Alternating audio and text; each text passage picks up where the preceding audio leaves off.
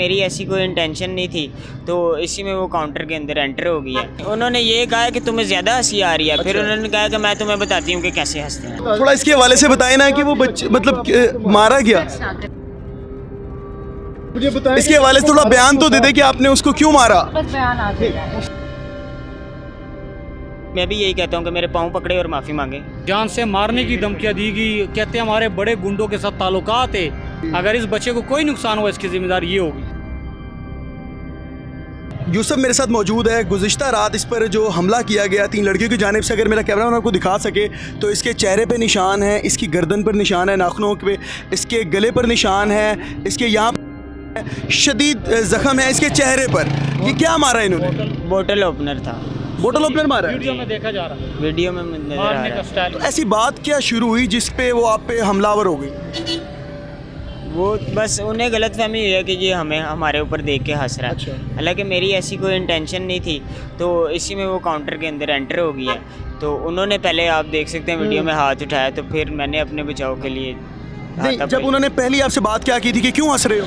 हाँ, उन्होंने ये कहा कि तुम्हें ज़्यादा हंसी आ रही है, फिर उन्होंने कहा कि मैं तुम्हें बताती हूँ कि कैसे हंसते हैं। फिर उसके बाद वो अंदर आ गई हैं और उन तीनों ने आप पर हमलावर हो गई, तीनों ने मारना शुरू नहीं, किया। 3 नहीं, 2 लड़कियाँ थी। जो बाकी 2 थी वो स्टिल, यानी कि वो लड़ाई में नहीं थी, वो छुड़वा ही रही थी। कितनी देर तक आपको मारती रही? तकरीबन 4 से 5 मिनट की वीडियो है, अगर आप देखें तो।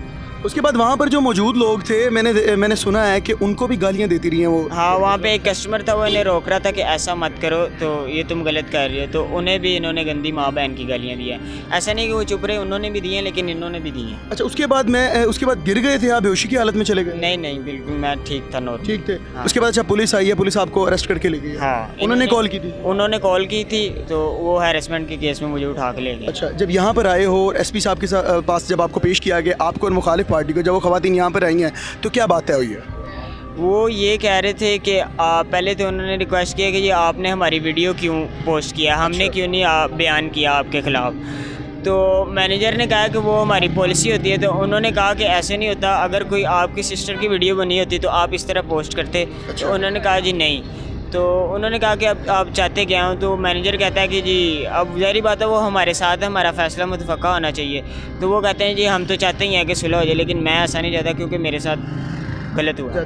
सुलह की ऑफ़र क्या करवाई, कैसे सुलह करवाई जाए? वो उन्होंने कहा है कि सुलह इसी तरह होगी कि मैं सारी रात, जिस तरह उन्होंने कहा था ना कि जब उनको पता था कि हम ऊपर हैं और ये नीचे है, अब मैं ऊपर हूँ और वो नीचे हैं, तो वो भी अब मैं भी यही कहता हूँ कि मेरे पाँव पकड़े और माफ़ी मांगे। अच्छा, ये तो कहा जाता है कि आपने भी आगे से जो है वो उन पे हाथ उठाया, लोग कह रहे हैं जी आपने भी आगे से मारा है। तो वो अपने सेल्फ डिफेंस में जाहिर सी बात है, बंदा कुछ तो करता है ना। हाथ मारा नहीं है उनको, अगर मारा होता ना तो शायद वो उठती ही ना दोबारा। अच्छा, तो आपने सिर्फ अपने आप को बचाने के लिए उनको धक्का दिया? जी। तो वो उसको कहते हैं कि मारा है। वीडियो में क्लियरली आता है कि उन्होंने आपको 5 से 6 मिनट से ही ज़दोकोप का निशाना बनाया। आपके निशान, चेहरे के निशान इस चीज़ को बता रहे हैं। मारने की धमकियाँ, जान से मारने की धमकियाँ दी गई, कहते हैं हमारे बड़े गुंडों के साथ ताल्लुकात है। अच्छा। ये इनकी धमकियाँ, हमारे बहुत बड़े बड़े हाथ है बड़े बड़े लोगों के पास। अच्छा। अब हम तो नहीं जानते, अल्लाह ही जानता। इसके बाद भी इस बच्चे के साथ कुछ भी हो सकता, इसकी जिम्मेदारी यही होगी।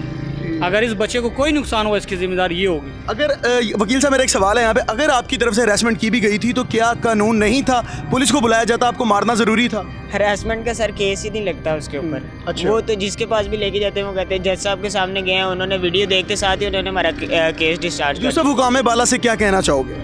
मैं यही कहना चाहूँगा कि अगर आप इंसाफ नहीं दिला सकते ना तो फिर इदारों को बंद कर दें। ठीक है जी, ये यूसुफ की इल्तिजा है जी, इसको इंसाफ दिलाया जाए और अपने मेज़बान को दें इजाज़त। अल्लाह ने के बाद।